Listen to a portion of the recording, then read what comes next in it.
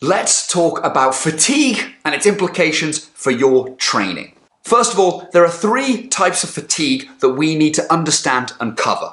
What we call central fatigue, which is fatigue of your nervous system, peripheral fatigue, which is fatigue within the muscle itself, and muscle damage, the long-lasting effect of certain types of muscular workout, which has an effect actually on central fatigue, which we'll come back to.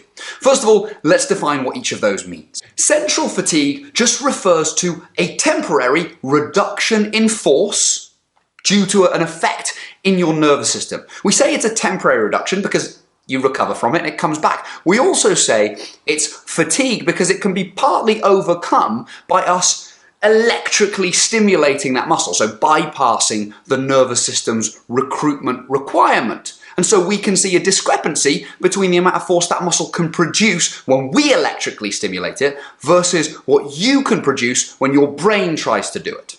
If there is a difference between those two things, it is because of a fatigue that is occurring within your nervous system, your ability to recruit the muscle in the first place. If we go back to our understanding of motor unit recruitment, and high threshold motor unit recruitment, i.e. those motor units that contain most of the fibers, most of the responsive fast twitch fibers, we also understand that they require the biggest electrical signal to recruit them. Central fatigue decreases your ability to send a big enough signal to recruit those motor units. Think of it kind of like this. If we've got motor unit 1 that contains only like 20 fibers, it might require a signal this big in order to turn it on. If motor unit 120 contains 1800 fibers, the size of the electrical signal required to turn it on might be this big. So we've got a signal this big for motor unit 1 and a signal this big for motor unit 120. If we have enough central fatigue that the size of the signal we can send is only this big, we just can't turn these on and therefore they can't be trained. That's the problem of central fatigue. Next up, let's talk about peripheral fatigue, fatigue within the muscle tissue itself.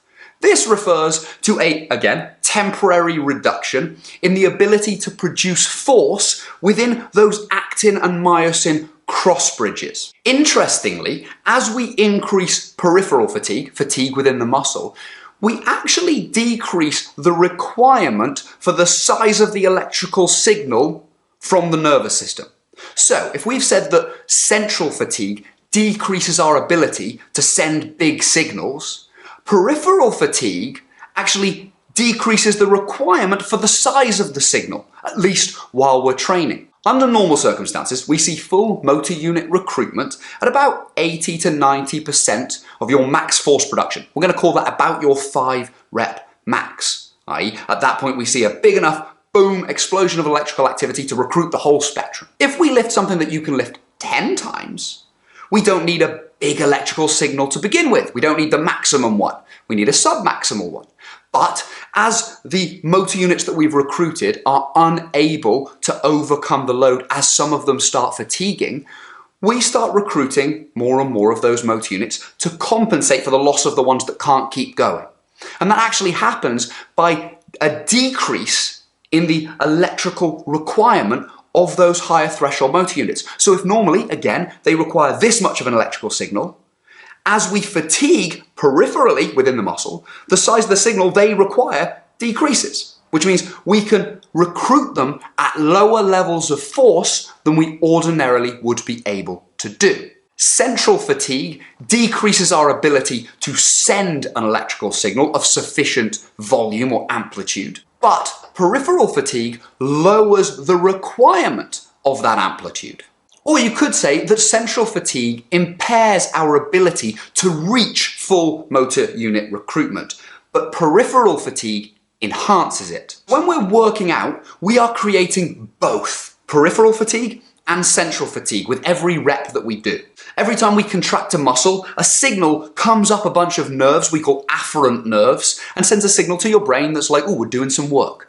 The larger the amount of muscle sending that signal, the greater the feedback and the faster we accumulate central fatigue. So a squat involves more central fatigue than a bicep curl. Equally, with every one of those reps, every time we're contracting those actin and myosin cross bridges and shortening sarcomeres, we're creating peripheral fatigue that decreases their ability to continue contracting. Certain exercises allow us to accumulate more peripheral fatigue with smaller amounts of central fatigue, and other exercises might involve more central fatigue for less peripheral fatigue. We also see a discrepancy in central versus peripheral fatigue in lower body training versus upper body training, with lower body training creating more central fatigue relative to peripheral fatigue than the upper body. And again, that makes sense. The volume of muscle is different. The muscles of the lower body are bigger than the muscles of the upper body, and so of course they create more central fatigue. Peripheral fatigue seems to disappear and dissipate within a few hours after you finish training. Central fatigue,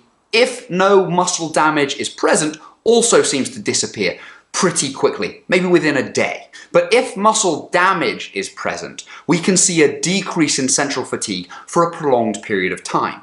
Something that has an effect here, and that's quite interesting to note, is that post-workout, we see an increase in the amplitude required to recruit those highest threshold motor units as we train. So if we start out as an untrained trainee, the size of that electrical signal required to turn on the highest threshold motor units might be this big. And as we create peripheral fatigue, we know that it decreases. But over time, long term, it actually increases the size of that signal that's required to turn it on. So if before we started training, we required this much amplitude, after a month or so, perhaps we require this much amplitude to turn those same motor units on. And that has some consequences when we consider central fatigue. If after training, the size of the amplitude increases, whilst our ability to send a signal decreases, we affect our ability to recruit those highest threshold motor units negatively, right? We just can't do it because the size is now even bigger and we can only send an even smaller signal, so these just get completely ignored. It seems as though central fatigue is increased more with sub-maximal work than with heavier work. And that kind of makes sense. If you imagine you're on a bike and you're cycling, you are literally doing hundreds, thousands of repetitions. That's a lot of afferent feedback creating central fatigue that you just won't get, even if you're doing sets of 20 or 30 in the gym. The total volume is less. And that explains why we see greater amounts of central fatigue with aerobic work or sub-maximal work in general. This might also explain why we see a threshold requirement for hypertrophy. The data seems to suggest that if we use loads that are less than about 30% of our 1 rep max, we can't cause muscle growth, but that loads above 30%, all the way up the spectrum, do cause muscle growth. If we imagine that we're creating both peripheral and central fatigue, there would come a point whereby the amount of central fatigue that's accumulating inhibits our ability to recruit the spectrum and create effective reps of, as we've discussed in our muscle and hypertrophy series.